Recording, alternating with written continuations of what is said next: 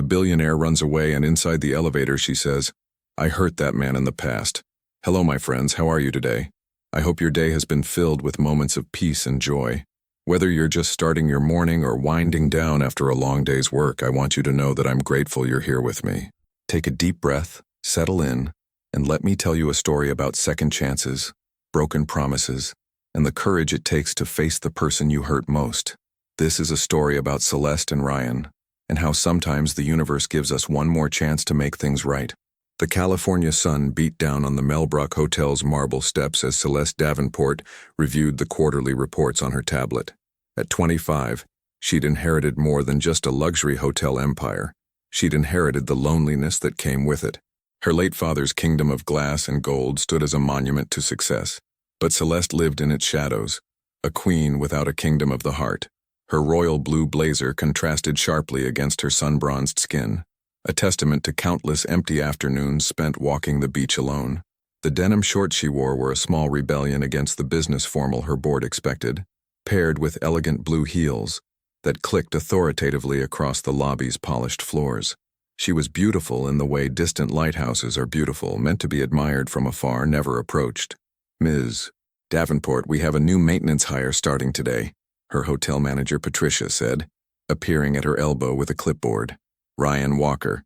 His references from the Oceanside Resort were impeccable. Celeste nodded absently, her attention already back on the declining occupancy rates in the executive suites. Names didn't matter. People came and went through the Melbrook's revolving doors like tides. Staff, guests, business partners. Everyone was temporary. Everyone left. It was a defense mechanism she'd perfected over the years. This art of not seeing people, not really seeing them. If she didn't see them, she couldn't hurt them. If she didn't see them, they couldn't hurt her. The afternoon sun slanted through the hotel's floor-to-ceiling windows, casting geometric shadows across the lobby. Celeste was heading toward the executive elevators when she saw him.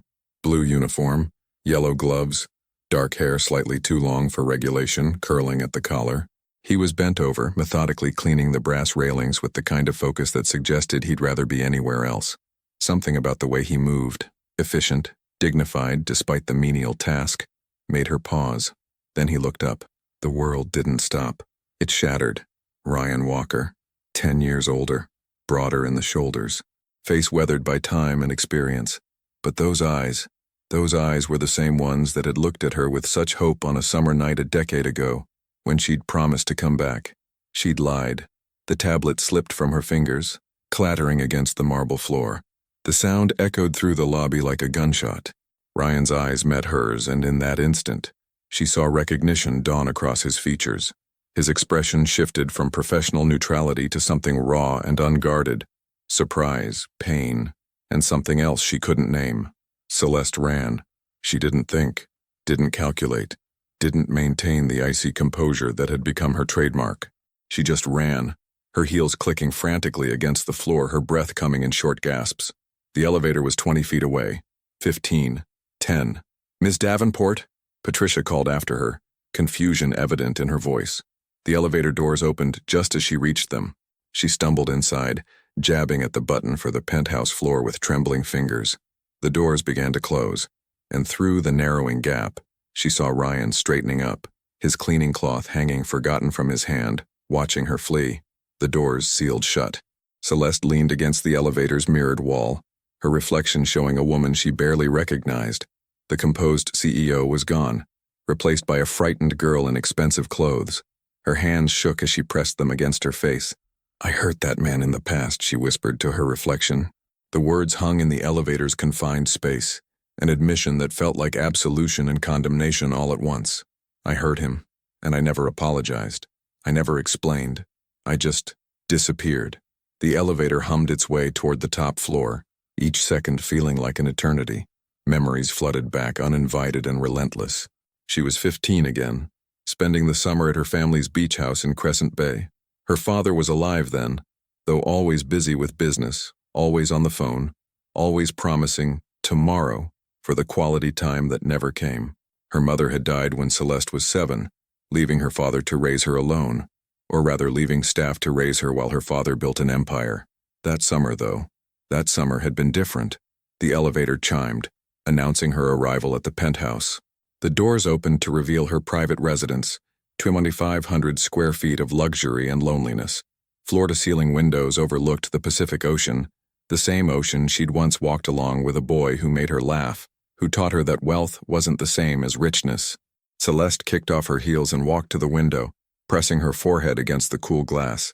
The beach stretched below, gold and endless. She could almost see them there, two kids racing along the shoreline, the girl in a sundress, the boy in cut-off jeans, both laughing like the world couldn't touch them. Ryan Walker had been 18 that summer, working at his uncle's motorcycle repair shop in Crescent Bay. She'd noticed him first at the beach, trying to fix an old blue Harley Davidson that looked like it had seen better decades. She'd wandered over, bored and lonely, and asked what he was doing.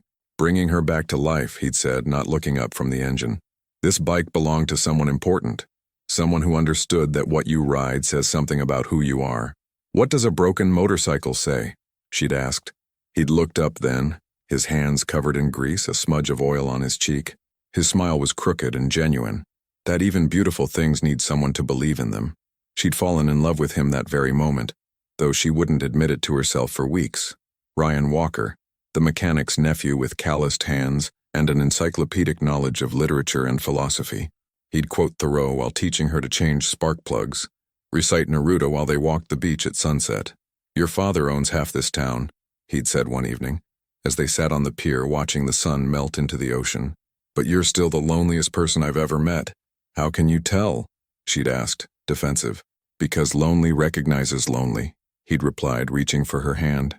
"My mom left when I was 10. My dad works 60-hour weeks. I get it. Being alone in a crowd is worse than being alone. They'd spent that entire summer together. He taught her to appreciate the simple things. Sunrise swims, fresh peaches from the farmer's market, the satisfaction of fixing something with your own hands. She taught him that behind wealth and privilege was often just a scared kid wanting someone to see them, really see them. On the last night of summer, they'd gone back to that pier. The Harley, now fully restored and gleaming blue under the streetlights, was parked nearby. Ryan had ridden it to meet her, and the pride in his eyes had made her heart swell. "I fixed her for you," he'd said. "Well, for the man who owned her. Your father." Celeste had frozen. "What?" "This Harley belonged to your dad back when he was young. He sold it years ago. Said he didn't have time for things like that anymore. I found it in a junkyard, and I thought if I restored it, maybe you could convince him to slow down. Remember what mattered." She'd stared at the motorcycle, emotions warring in her chest. Her father had owned this, had once been young enough to ride a motorcycle for the joy of it. "Come back next summer," Ryan had said, taking her hands. "Promise me, we'll ride this together, all along the coast. I'll teach you to ride. We'll have a whole summer of adventures." "I promise," she'd said. It was the last time she saw him. 3 weeks after she returned to her boarding school, her father had a massive heart attack. He survived, barely, but the doctor said another one would kill him. He needed to retire, to slow down, to let someone else run the company. That someone was Celeste. At 15, she was thrust into a world of board meetings, stockholder expectations, and legal guardians who managed her inheritance until she came of age. There was no time for summer vacations, no time for beach towns and motorcycle boys, no time for anything except learning to be the CEO her father needed her to become. She'd written Ryan one letter, just one, explaining what had happened, promising she'd come when she could, begging him to understand. She never sent it. The fear of his disappointment, of seeing the hurt in his eyes, had paralyzed her. So she did what people do when they're too cowardly to face the pain they've caused. She pretended it never happened. She buried the memory of that summer under layers of business school, mergers and acquisitions, and a carefully cultivated Ice Queen persona. Her father died 2 years ago, leaving her the Mel Brock empire and a note that said, "Don't forget to live, little bird." "Too late, Dad," she'd thought. "I already forgot how." Now, standing in her penthouse, staring out at the ocean that had once witnessed her happiness, Celeste felt the weight of those lost years crush her chest.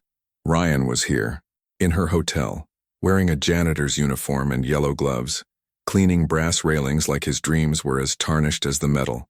What had happened to him? The boy who quoted poetry and rebuilt motorcycles with reverence?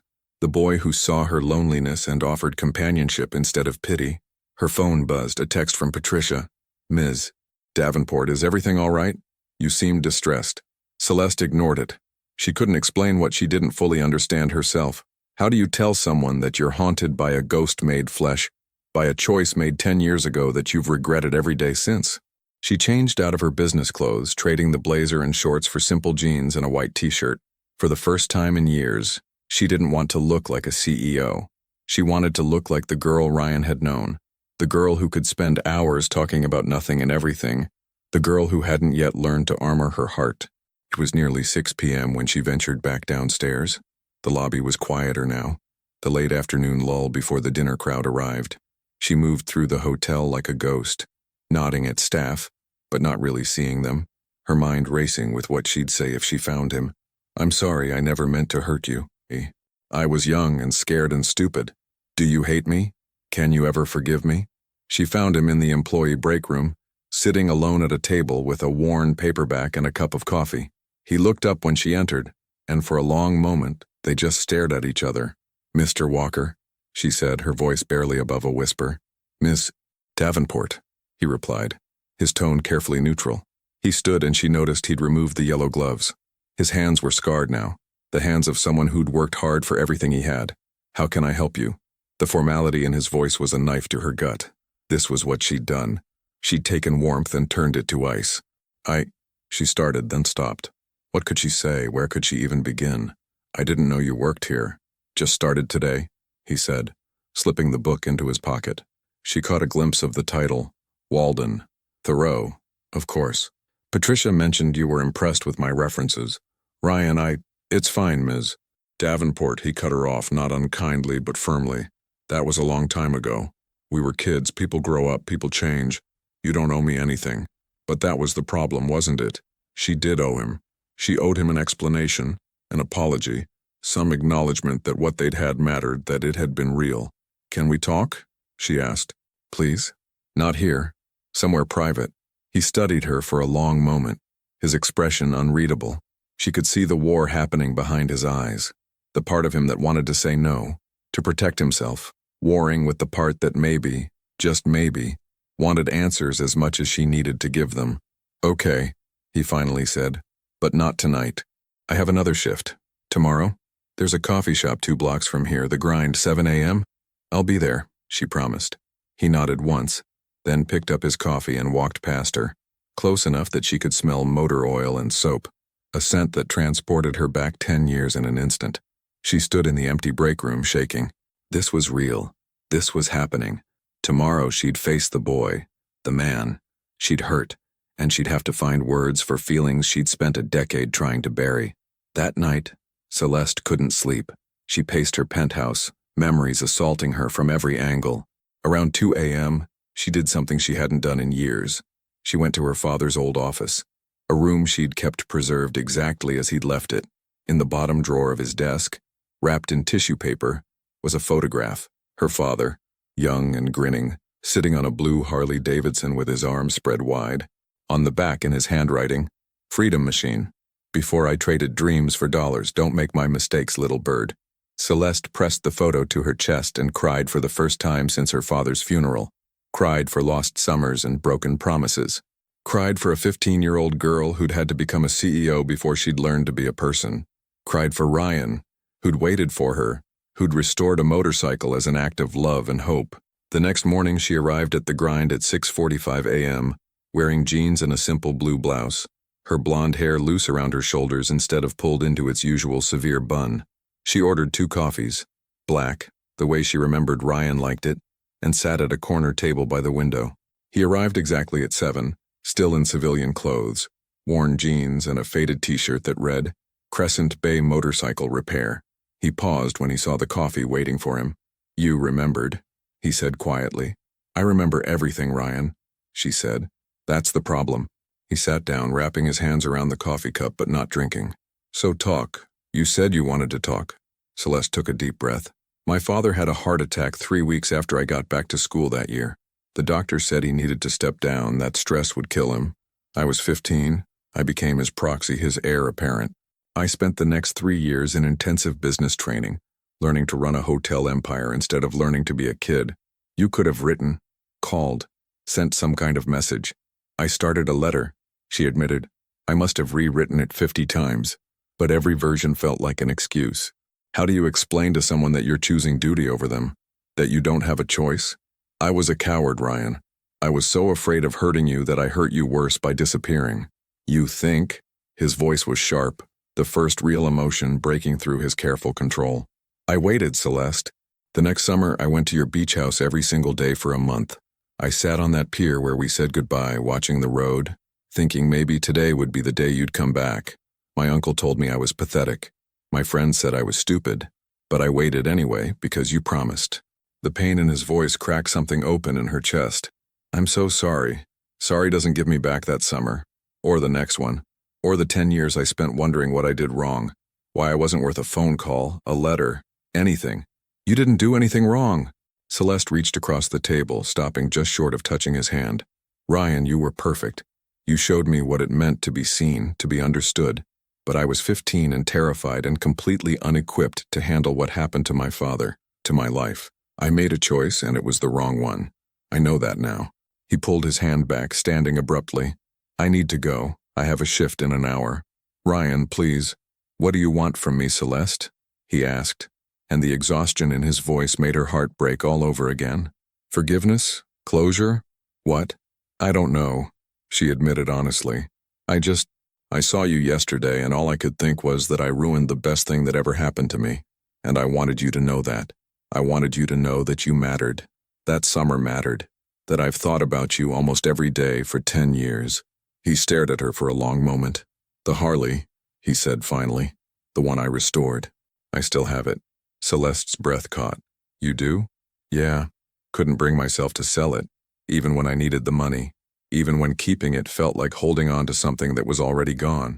He pulled his phone from his pocket, scrolled for a moment, then showed her a photo. There it was, the blue Harley Davidson, older now but still beautiful, still gleaming with care and attention.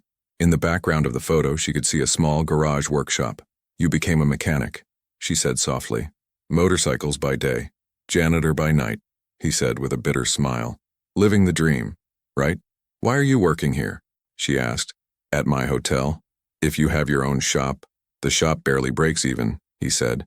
And my uncle got sick last year. Cancer. The bills. He shook his head.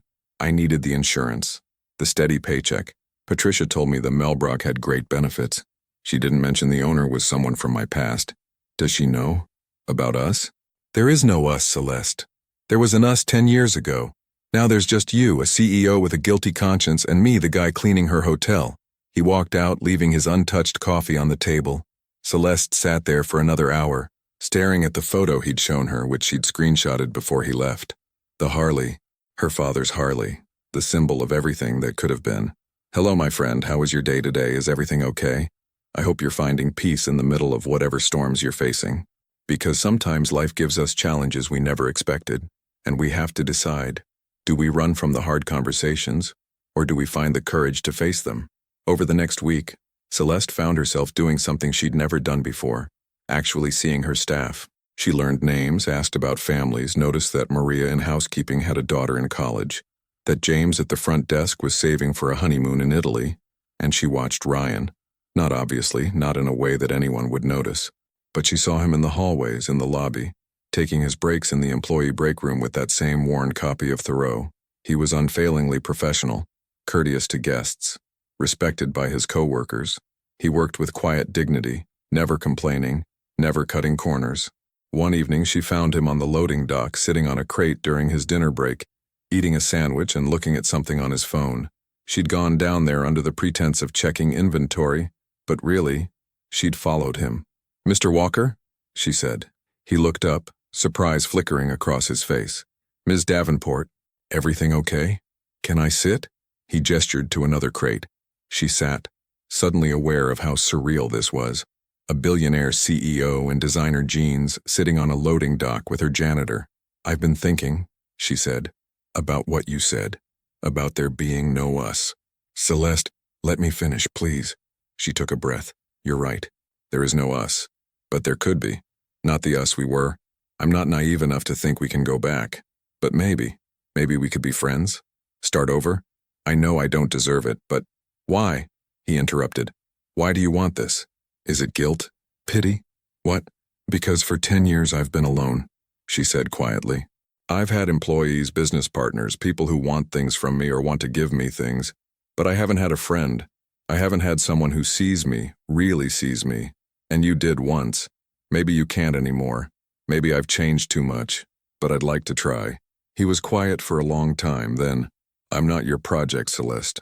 I'm not some broken thing you can fix to assuage your guilt. I know that. I'm not trying to fix you. I'm trying to fix me.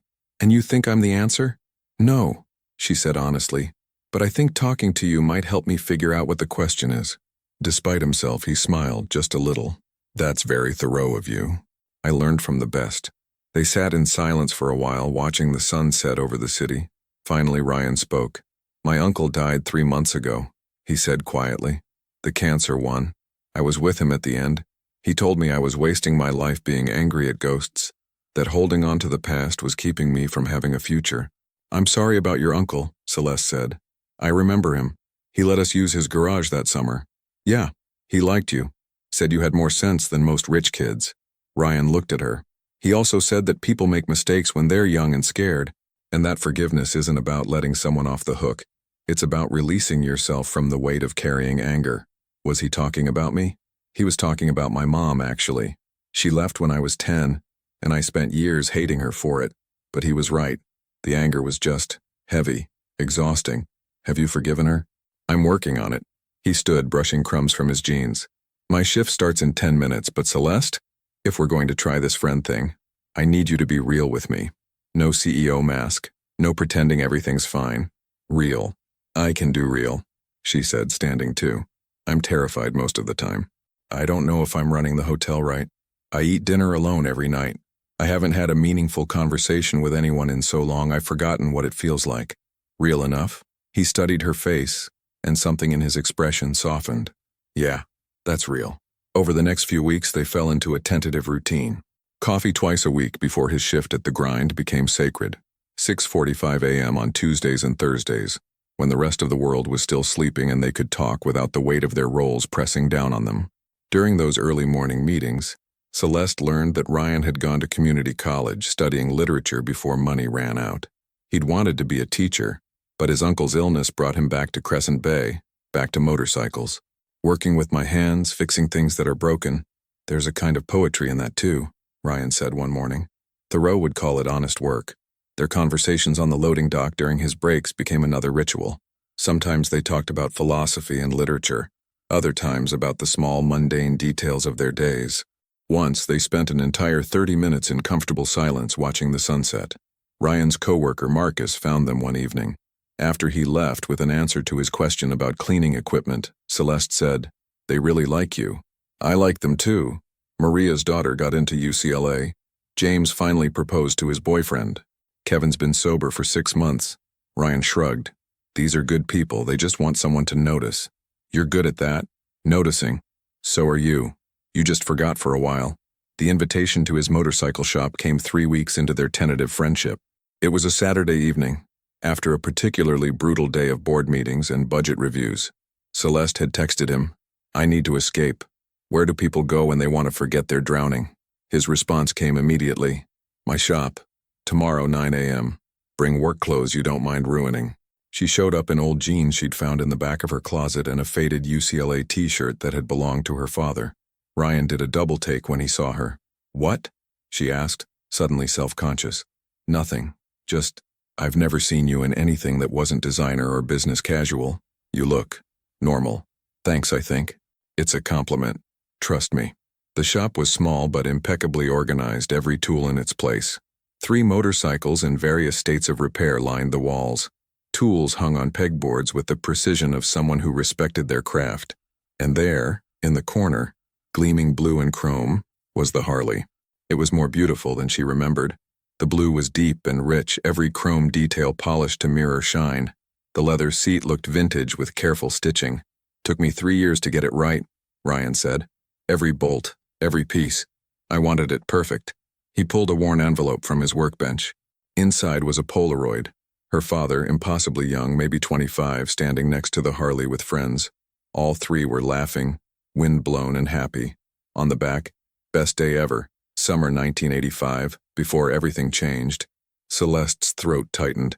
She'd never seen her father this carefree. Before everything changed, she read. Before he met my mother, probably. He was a different person then, Ryan observed. Weren't we all?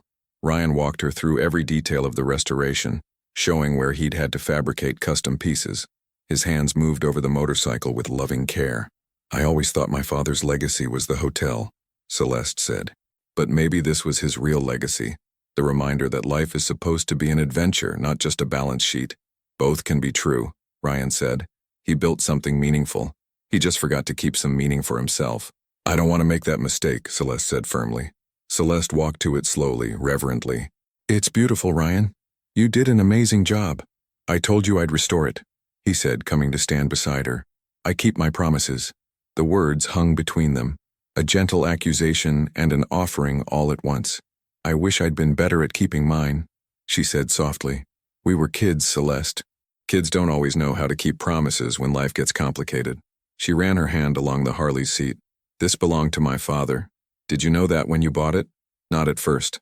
I found out later, from a guy at the junkyard. He remembered your dad buying it when he was young before he got married. Said he sold it when your mom got pregnant with you. Traded it for a sensible car. Ryan leaned against his workbench. I thought about telling you that summer, but you seemed so sad when you talked about your dad always being busy. I thought maybe if I restored it, you could give it back to him. Remind him who he used to be. He died before I could, Celeste said. But he left me a note. Told me not to forget to live, not to make his mistakes. She looked at Ryan. I think he regretted selling this bike. Regretted choosing work over joy. What about you? Ryan asked quietly. Do you regret your choices? Every day, she admitted. I regret not sending that letter. I regret disappearing. I regret becoming so focused on being the CEO my father needed that I forgot how to be the person I wanted to be. She turned to face him fully. But I don't regret meeting you, Ryan. That summer, it was the last time I remember being truly happy. He crossed the small space between them, and for a moment she thought he might hug her, might breach the careful distance they'd maintained. Instead, he pulled a key from his pocket. The Harley's yours, he said. It always was. I've just been keeping it safe. Ryan, I can't. Yes, you can. It belonged to your father. It should belong to you. Maybe one day you'll actually ride it. Maybe you'll sell it. Maybe it'll just sit in your penthouse as a very expensive reminder. But it's yours. Celeste took the key, her hand trembling. Thank you. There's one condition, he said. When you're ready, not tomorrow, not next week, but when you're actually ready, you let me teach you to ride it. Like I promised that summer. Deal, she whispered. That night, Celeste had the Harley transported to her penthouse parking space. She sat on it for an hour, not starting it, just sitting, feeling the weight of it beneath her, the promise of movement, of freedom, of roads not yet traveled. Her phone rang. Patricia, calling about a crisis with a wedding booking. Celeste answered, handled it with the efficiency she'd perfected over the years, then hung up and stared at the phone. This was her life, always on call, always fixing problems, always being the person everyone relied on. It was exhausting. It was lonely. But it was safe. The Harley was the opposite of safe. It was risk and adventure and the possibility of crashing. It was everything her carefully controlled life wasn't.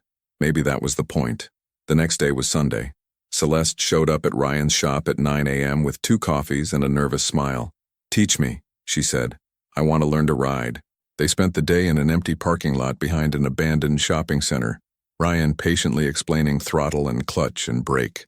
The Harley sat in the shade under a tree, too precious for a beginner, so Ryan brought out a smaller Honda from his shop for her to learn on.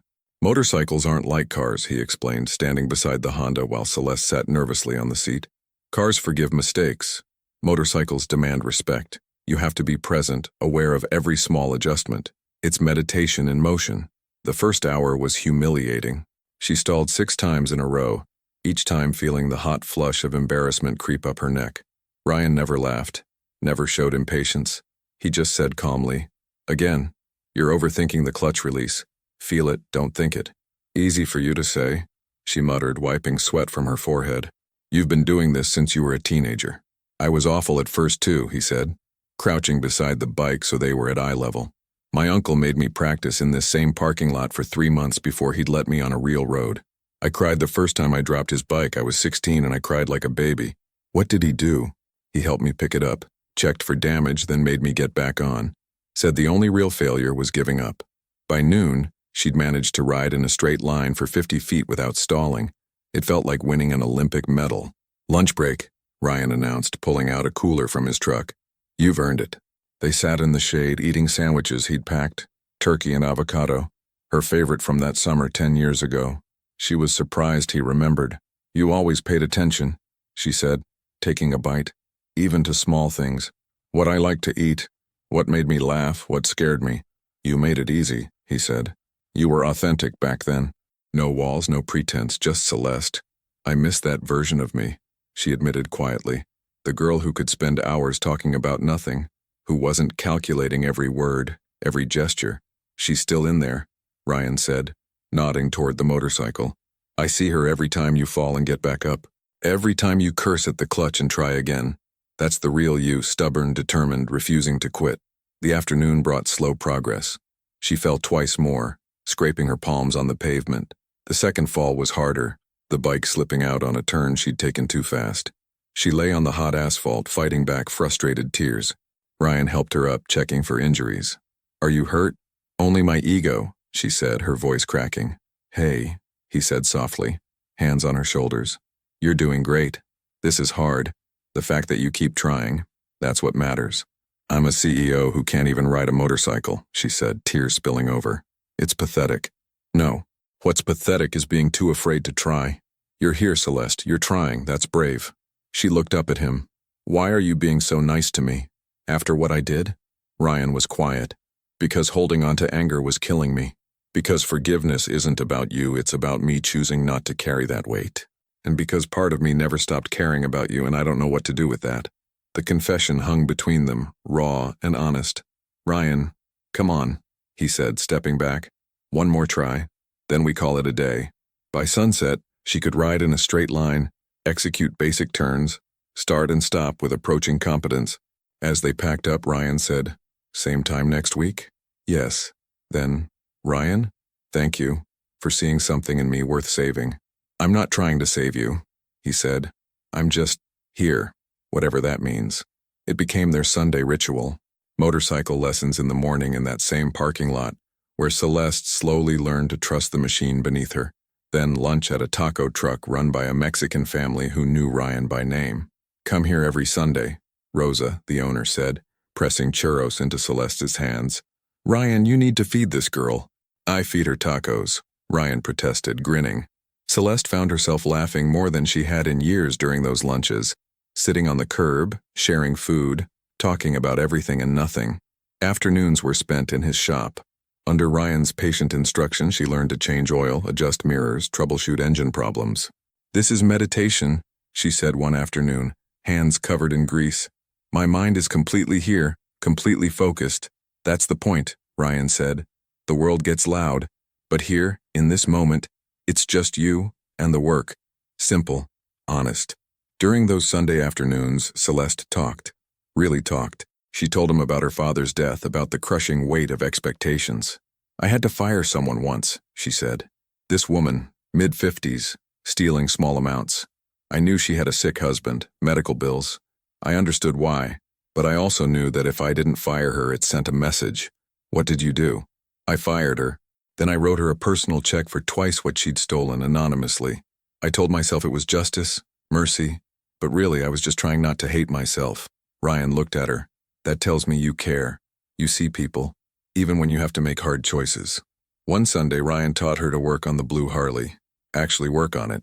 She's yours, he said, which means you need to know how to take care of her. As she leaned over the engine, Ryan guiding her hands, showing her what to feel for, Celeste was acutely aware of his proximity. You're a natural at this, he said. Most people fight the learning, but you're willing to not know to be a beginner. That's rare. I've been pretending to know things for 10 years, she said quietly. It's exhausting. This not knowing. It's actually a relief. The weeks turned into months. Summer faded into fall, and with it came the hotel's busy season. Celeste was drowning in year-end reports, holiday events, and a major board meeting that would determine the hotel's expansion plans for the next 5 years. The pressure mounted like water rising in a sealed room, and she felt herself reverting to old patterns. eating lunch at her desk, sleeping 4 hours a night, snapping at staff who didn't deserve her frustration. She missed 2 Sundays in a row, texting Ryan apologetic messages that felt inadequate even as she sent them. Completely swamped. Next week for sure. Board meeting ran long. Rain check? His responses were understanding but brief. No problem. Take care of yourself. The 3rd Sunday, consumed by guilt and a desperate need to not lose this one good thing in her life, she showed up at his shop at 6 a.m. before her first meeting at 8. She'd been up all night working on presentations, her eyes gritty with exhaustion, her hands shaking from too much coffee and too little sleep. Ryan answered the door in sweatpants and a t-shirt, his hair rumpled from sleep. He took one look at her and said, "When did you last eat something that wasn't vending machine food?" "I don't remember," she admitted. He pulled her inside without another word, guided her to his small kitchen table, and started making breakfast. She watched him move around the tiny kitchen, cracking eggs, toasting bread, brewing fresh coffee. The domesticity of it made her throat tight. "You can't keep doing this to yourself," he said, sliding a plate of scrambled eggs and toast in front of her. "This pace you're maintaining, it's not sustainable." "I don't have a choice," she said, but even to her own ears, the words sounded hollow. "The board wants to expand, open 3 new hotels in the next 2 years. It's a massive undertaking. It would double our revenue, secure my position, prove I can lead this company into the future. At what cost?" Ryan sat across from her, his own breakfast untouched. "Celeste, look at yourself. You're running on fumes. When was the last time you took a day off? A real day off, not just Sunday morning squeezed in before another 14-hour workday." "That sounds good," she said carefully, taking a bite of eggs she didn't taste. "Does it? Because from where I'm sitting it sounds terrifying." She set down her fork. "It sounds exhausting. It sounds like the next decade of my life disappearing into business plans and construction timelines and stakeholder meetings. It sounds like becoming exactly what I swore I wouldn't become." "Which is?" "My father," she whispered. "So focused on building an empire that I forget to build a life. So consumed with proving I'm capable, I'm strong, I'm worthy, that I miss every moment that actually matters." Ryan pulled her inside, guided her to his small kitchen, made her tea even though she hadn't asked. It was such a simple kindness, such a basic act of care that it made her throat tight. "What do you want, Celeste?" he asked, sliding the mug across the table to her. "Not what the board wants, not what you think you should want. What do you actually want?" "I want," she stared into the tea. "I want to ride the Harley along the coast with the wind in my hair. I want to work with my hands and see tangible results at the end of the day. I want to eat tacos from a truck instead of 5-star hotel dinners. I want to fall asleep knowing I made someone's day better, not just that I increased quarterly profits. So do it. I can't just walk away from the hotel, Ryan. Hundreds of people depend on those jobs. My father built this." "Your father is dead," Ryan said, not unkindly. "And he told you not to make his mistakes. Maybe this expansion is his mistake all over again. What am I supposed to do? Just quit? No. But maybe you delegate.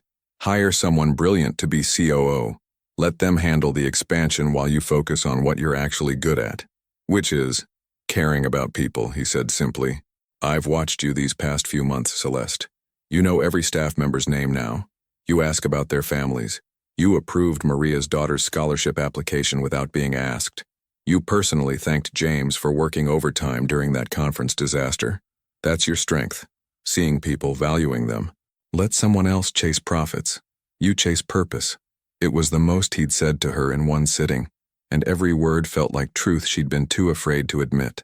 "The board would never approve that," she said weakly. "Then maybe you need a better board." She left for her meeting with a strange sense of clarity. During the presentation on expansion plans, she listened carefully. Then, when it was her turn to speak, she said, "This is brilliant work, and I appreciate the months of research that went into it.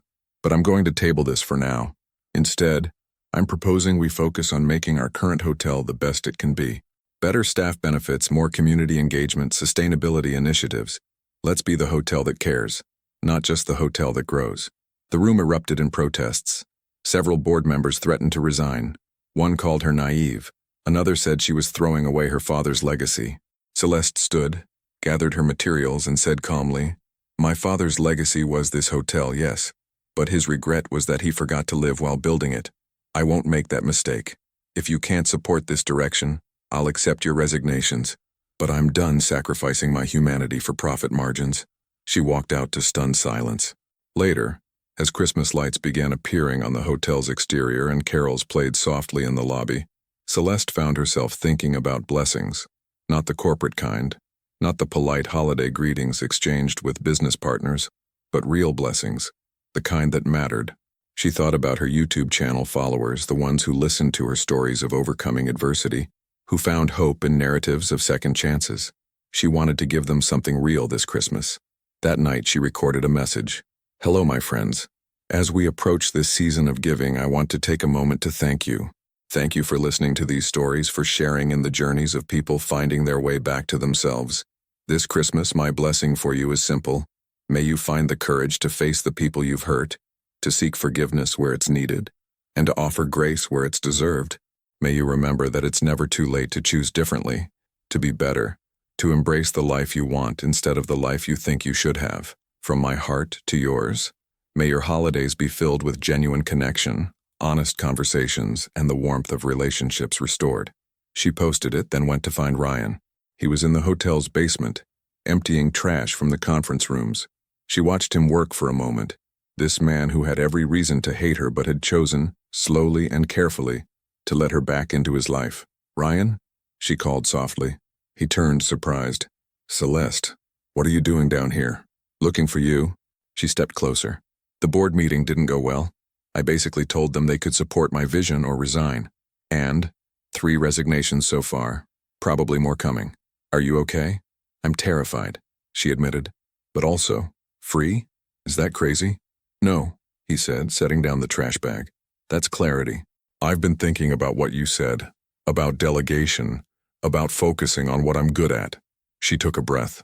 I'm creating a new position, Chief People Officer, someone who focuses exclusively on staff wellness, career development, community impact.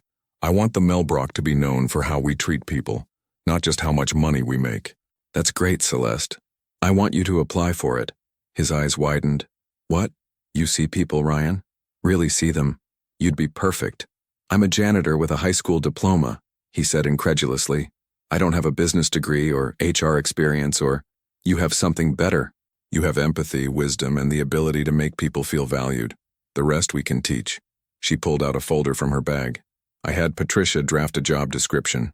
Read it. Think about it. If you're interested, apply like everyone else. I won't play favorites. He took the folder, still looking stunned. This is insane. Maybe, but I'm tired of being sane and miserable. I'd rather be insane and hopeful. Christmas came, and with it a small miracle. Ryan applied for the position. He wasn't the only candidate, but he was by far the best. His interview with the hiring committee, Celeste had recused herself, left 2 board members in tears. He talked about his uncle's battle with cancer, about the hospital staff who made those final days bearable. He talked about his mother leaving, and the teacher who noticed he was struggling and got him into therapy. He talked about dignity, worth, and the revolutionary act of seeing people as more than their job titles. He got the position. On New Year's Eve, Celeste threw a staff party instead of the usual high society gala. She hired Ryan's favorite taco truck, set up a bonfire on the beach behind the hotel, and invited every single employee and their families. Ryan found her standing at the water's edge, watching the waves catch the moonlight. Thank you, he said simply. For what? For the job. For taking a chance on me. For everything. You earned that position, Ryan. I just opened the door. Still, it means something. They stood in comfortable silence, the party noise fading behind them. Finally, Celeste spoke. That summer, 10 years ago, you asked me to come back. To promise. I remember. I'm not making promises I can't keep anymore, she said, turning to face him. But I can tell you this. I'm here. I'm not running. And if you'll let me, I'd like to see where this goes. Not as CEO and employee, not as girl from the past and guy from the present, but just us, whoever we are now. Ryan studied her face in the moonlight. I spent 10 years being angry at you. Then I spent months trying to forgive you. I don't want to spend any more time being anything except happy. Is that a yes? It's a let's see, he said, but he was smiling. Let's see where these midnight conversations lead. Let's see if we're as good at being adults together as we were at being kids. Let's see if second chances are real or just stories people tell themselves. I can live with let's see, she said. As midnight approached and fireworks began to light up the sky, they walked back to the party together. Not holding hands, but close enough that their shoulders brushed with each step. The story wasn't over. There would be challenges ahead. Board members who questioned her decisions, staff members who resented Ryan's rapid promotion, moments when Celeste would doubt herself and Ryan would struggle with insecurity. The world didn't magically become easier just because they'd found each other again. But as they rejoined the celebration, as they watched their employees, no, their friends, dancing and laughing and celebrating not just a new year but a new way of working, Celeste felt something she hadn't felt in a decade. Hope. Real, tangible, terrifying hope. Spring arrived with unexpected gentleness, bringing with it changes that felt both terrifying and inevitable. Ryan moved into his new office as Chief People Officer, a space on the third floor with windows overlooking the ocean. Celeste had offered him the executive suite next to hers, but he'd declined, choosing instead a smaller room near the staff break areas. "I need to be where people are," he'd explained, "not isolated in some ivory tower." It was so perfectly Ryan that Celeste had simply nodded and approved his choice. The board's expansion plans were tabled indefinitely, replaced by Ryan's revolutionary staff wellness initiatives. Employee satisfaction scores climbed for the first time in 5 years. Turnover dropped. The hotel started appearing in articles not for its luxury but for being one of the best places to work in California. "You're changing the industry," Patricia told Celeste one morning, reviewing the latest press coverage.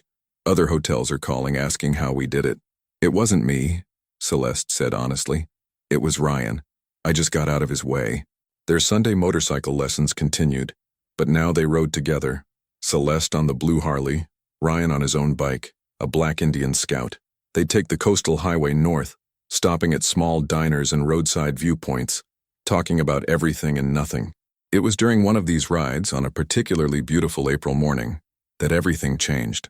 They'd stopped at a lighthouse overlook, the ocean stretching endlessly before them. Celeste sat on the Harley, helmet in her lap, watching seabirds wheel and dive. "I need to tell you something," Ryan said, his voice careful. "Something I should have told you months ago." Celeste's heart stuttered. "Okay. When I took the job at the Melbrook, it wasn't random. I knew you owned it. I knew you'd be there." She turned to look at him, processing. "What?" "After my uncle died, I was going through his things. I found a box of photos from that summer, pictures of you and me at the beach at his shop. He'd kept them all these years." Ryan's hands gripped his helmet tightly. "There was also a letter, from you, the one you never sent." Celeste felt the world tilt. "How did he?" "You left it at his shop, that last day of summer. It fell out of your pocket or your bag. He found it, read it, kept it. The letter where you explained about your father's heart attack, about having to leave, about being sorry. Ryan, for 10 years, I thought you just didn't care enough to explain. I was angry at someone who'd actually tried to reach out, who'd written words I never got to read." He finally looked at her, and his eyes were bright with unshed tears. "I could have let go of that anger years ago if I'd just known. And my uncle knew. He knew. And he never told me because he said I needed to work through it myself." "Why are you telling me this now?" "Because I came to your hotel looking for closure. I thought if I could see you, see that you'd moved on and forgotten me, I could finally move on too." He laughed, but it sounded broken. "Instead, I fell in love with you all over again. Or maybe I never stopped. I don't even know anymore." The confession hung in the salt air between them, enormous and terrifying. "You love me?" Celeste whispered. "Yeah, I do. And it's complicated and messy and probably stupid, but there it is." He set down his helmet. "I love the woman who shows up to my shop with grease under her fingernails. I love the CEO who memorizes staff members' kids' names. I love the person who's trying so hard to be better, to do better. I love you, Celeste. All of you." She couldn't breathe, couldn't think, could only feel the enormity of what he'd just said, what it meant, what it changed. "I read the letter," she said finally. "The one you found." "What did it say?" "That you were sorry, that you had to take over your father's company at 15, that you wanted to come back but didn't know how, that you thought about me every day." His voice cracked. "That you loved me too. Or you did then. 10 years ago when you were a kid who didn't know what love meant but felt it anyway." "I still feel it," Celeste said quietly. "I never stopped either." Ryan closed the distance between them in 2 steps, and then his hands were cupping her face, and she was standing, and they were kissing like they were 15 and 28 and every age in between. It was apology and forgiveness and promise all at once. 10 years of longing compressed into a single moment. When they finally pulled apart, both breathing hard, Ryan rested his forehead against hers. "So what now?" he asked. "Now we figure it out," Celeste said. "Together. No more running, no more hiding, just us figuring it out." "I can work with that." They rode back to the city as the sun began to set. Two motorcycles side by side on the coastal highway, chrome and blue gleaming in the golden light. That night, Celeste called an emergency board meeting. She stood at the head of the conference table, looking at the faces of people who'd questioned her, doubted her, pushed back against every change she'd tried to make. "I'm restructuring my role," she announced. "Effective immediately, I'm hiring a COO to handle day-to-day operations and expansion planning. I'll remain CEO and focus on company culture, staff relations, and long-term vision. If any of you have problems with this, now's the time to voice them." The silence stretched. Then Margaret Chen, the board's oldest member, spoke. "It's about time," she said. "Your father ran himself into the ground trying to do everything. I'm glad you're smarter than he was." The tension broke. One by one, the other board members nodded their agreement. Walking out of that meeting, Celeste felt lighter than she had in 10 years. She pulled out her phone and texted Ryan. "I did it. I chose life over the grind." His response came immediately. "Proud of you. Come to the shop?" She found him in the garage working on a vintage motorcycle with the radio playing classic rock. He looked up when she entered, smiled, and set down his wrench. "You really did it," he said. "I really did." She walked into his arms, letting herself be held. "I'm terrified." "Good. Means you're doing something that matters." They stood there in the quiet shop, the smell of motor oil and possibility surrounding them, and Celeste thought about her father's note. "Don't forget to live, little bird." "I think I'm finally learning how," she whispered. "Learning how to what?" "To live, to be more than just a job title or a bank account, to be human." Ryan pulled back enough to look at her. "You were always human, Celeste. You just forgot for a while, but you're remembering now, and it's beautiful to watch." 3 months later, on a Sunday morning in July, they rode the blue Harley to Crescent Bay. The beach town hadn't changed much. Same pier where they'd said goodbye, same ocean stretching to the horizon, same sense of possibility in the salt air. They walked along the shore, shoes in hand, talking about the past and the future and the present moment. "I want to open a community center," Celeste said suddenly, "for kids whose parents work long hours. Free tutoring, art classes, just a safe place to be. I want to fund it through the hotel's foundation." "That's a great idea. I want to name it after your uncle. He saw value in people when no one else did. That seems worth honoring." Ryan stopped walking, turned to face her. His eyes were suspiciously bright. "He would have loved that." "I know." She reached for his hand. "Ryan Walker, I wasted 10 years being too scared to choose what I wanted. I'm done being scared. I choose you. I choose us. I choose this life we're building together if you'll have me." "Is this a proposal?" he asked, half laughing, half crying. "Maybe. Is that okay?" "It's more than okay." He pulled her close, kissed her with the ocean as their witness. "Yes. 1,000 times. Yes." They were married 6 months later in a small ceremony on the beach, with hotel staff as witnesses and Rosa from the taco truck catering. Celeste wore a simple white dress and rode to the ceremony on the blue Harley. Ryan wore his best jeans and a smile that could light up the world.